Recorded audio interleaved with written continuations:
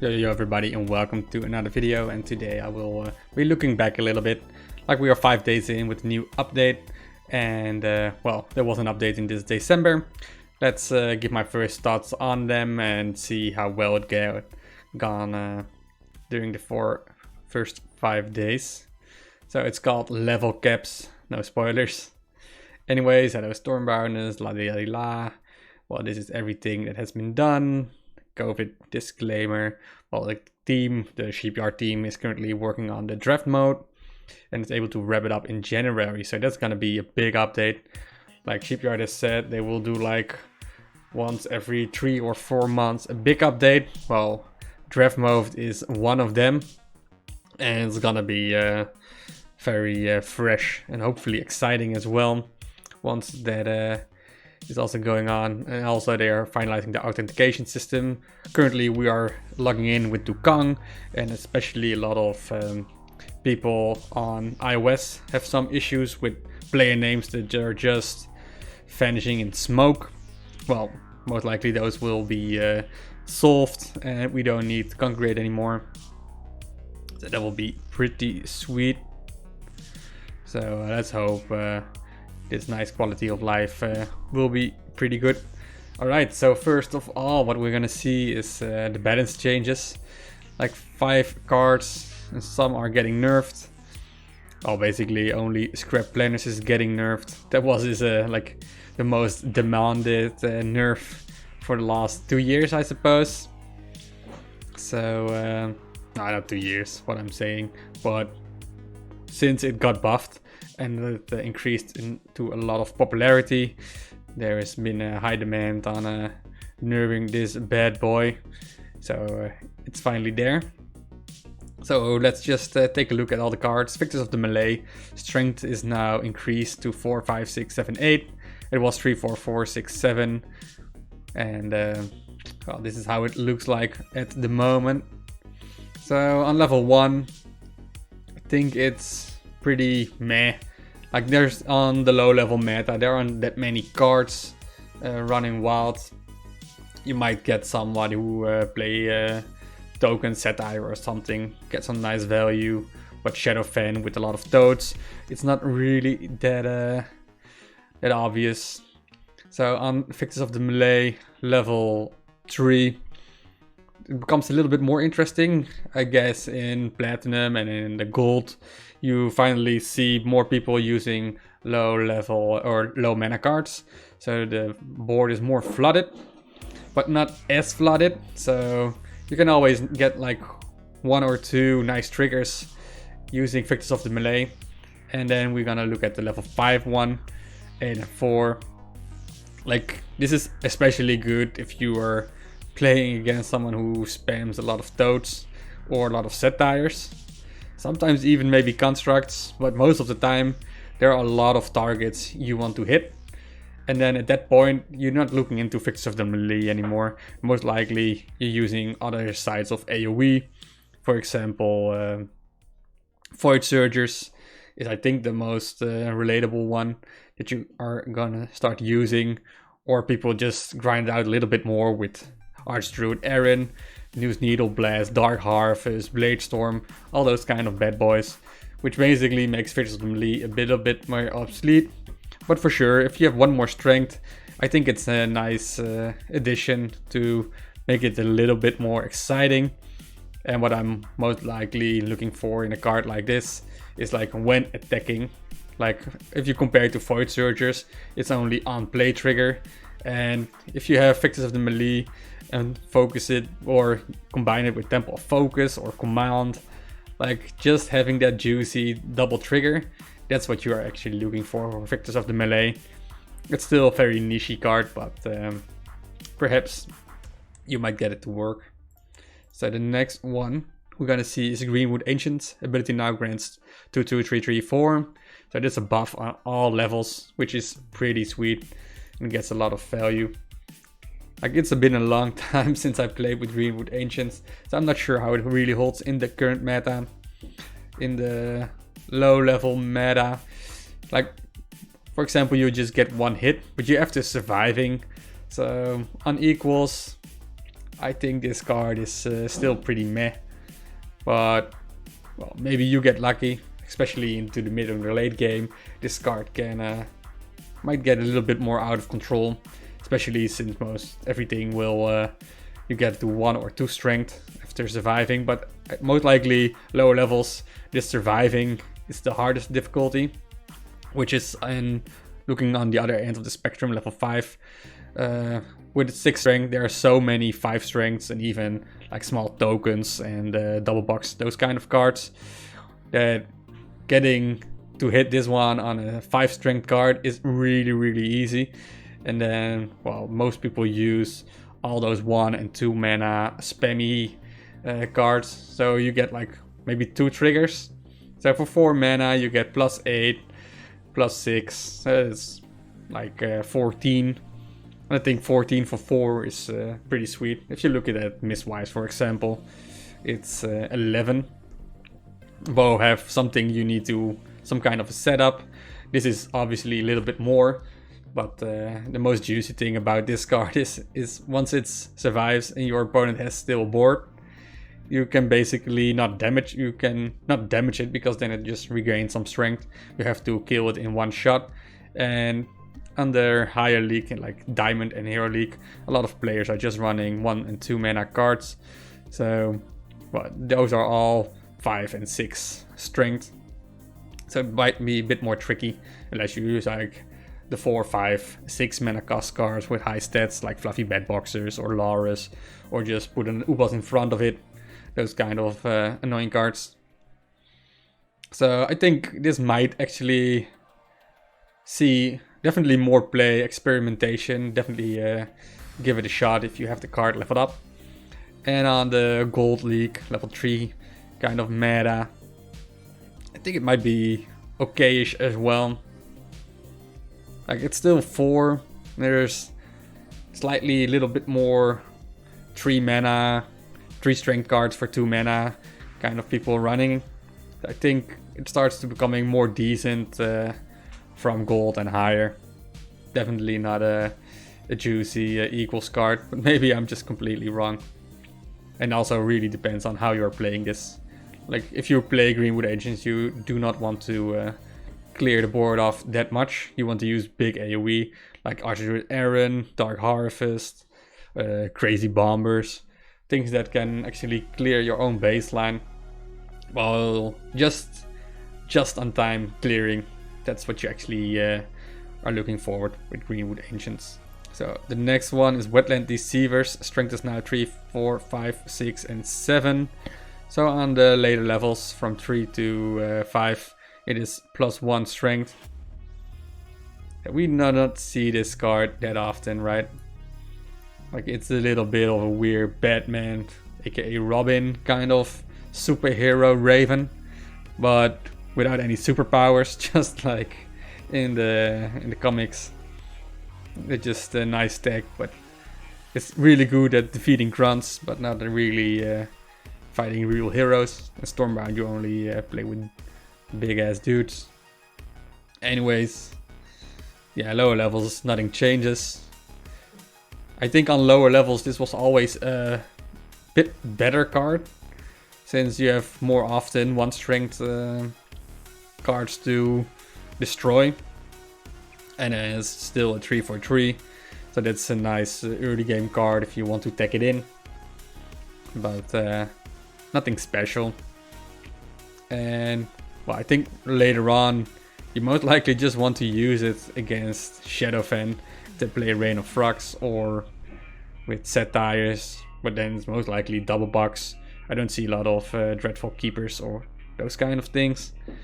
So yeah, it's always stays a little bit niche. But for now, 3 mana, 7 strength, that is pretty strong.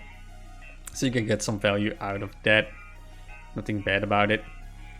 But overall verdict, I do think this stays in niche card.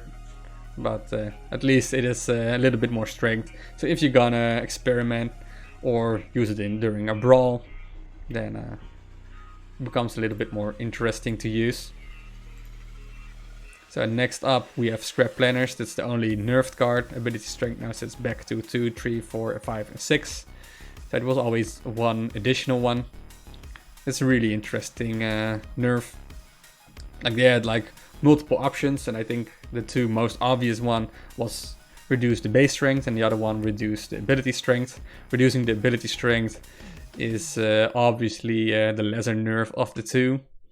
Like removing movement or increasing mana, those will be insane and we need to redo the whole card. So yeah, now you can still trigger it easily. Like,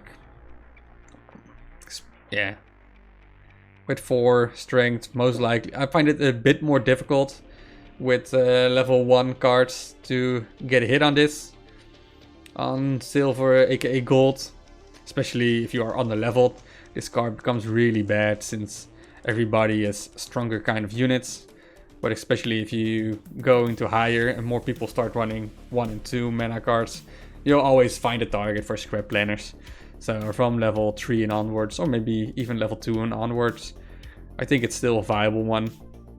Obviously, the ability for your opponent to remove this card has become greatly simpler, since it's only 6.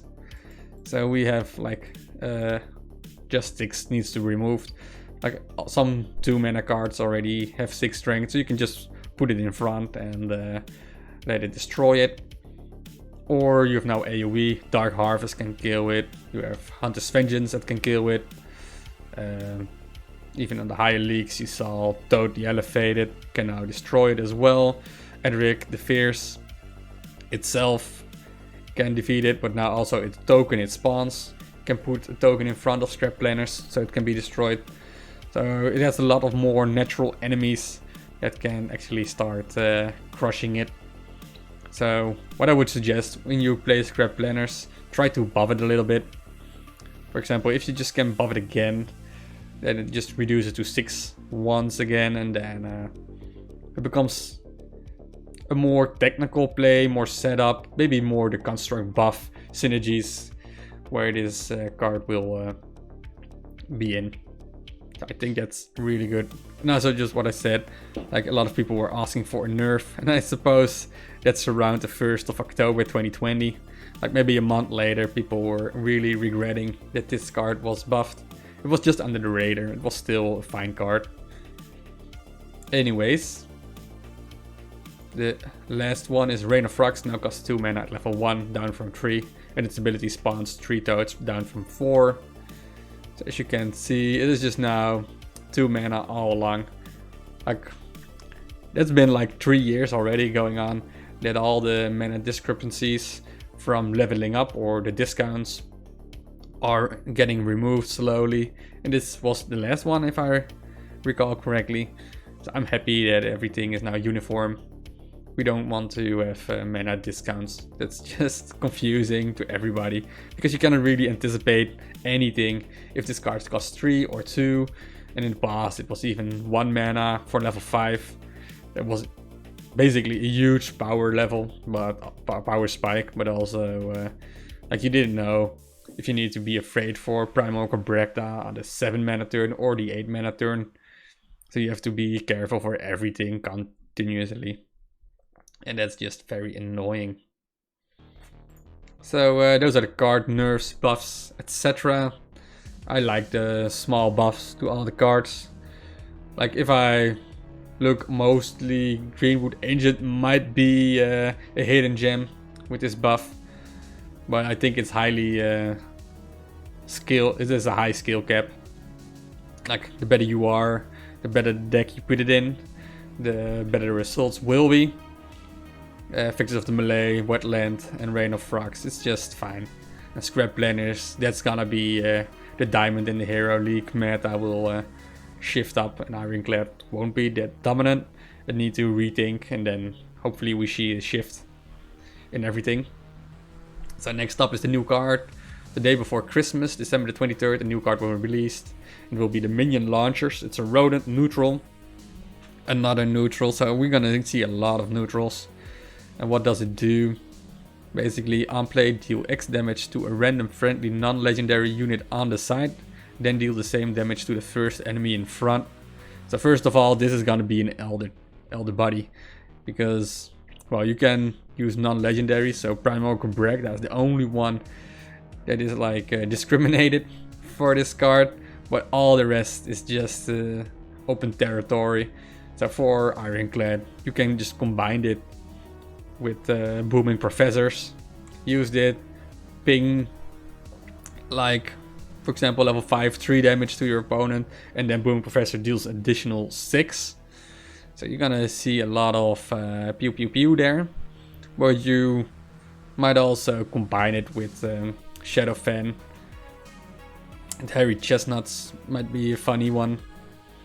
And well, Ironclad, we already discussed. Then we got Swarm. I'm not sure. Petrified Fossils. Doesn't sound that juicy. And then we got Winter Pact. And that's actually where I'm really interested in Chilled Stone Dames. Just put this one and Chilled Stone Dames and you can just clear a whole column.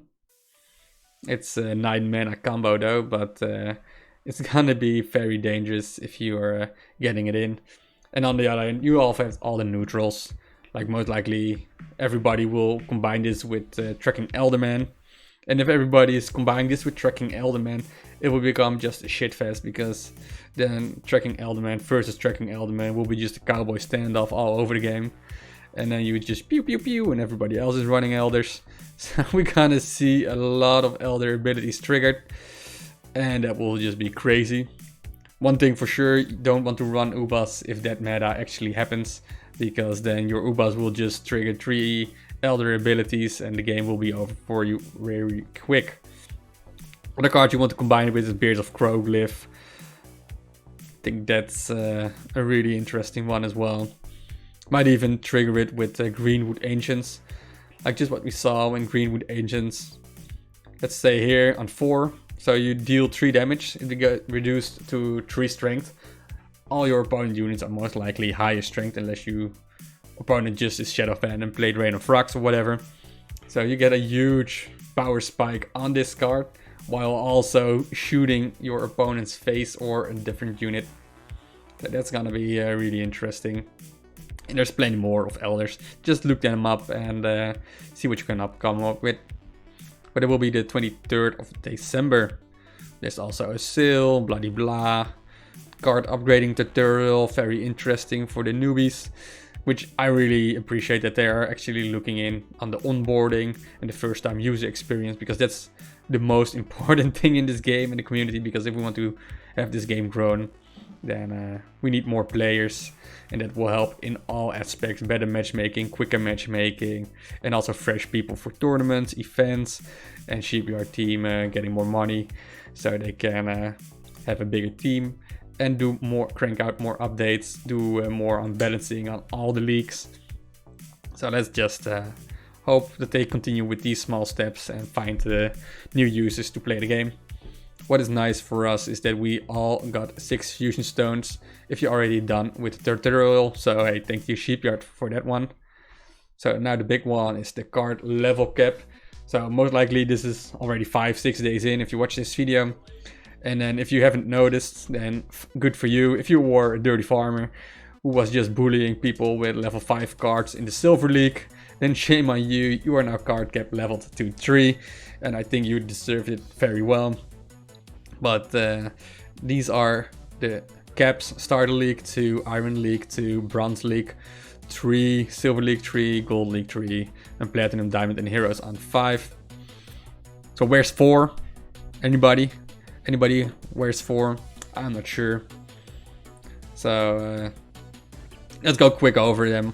Starters League, kept on level 2. You only face opponents that are bots here anyway. It's just for yourself. But your gifted recruits is actually leveled up, so you do not see it when you play it. So I think it's fine to have level 2.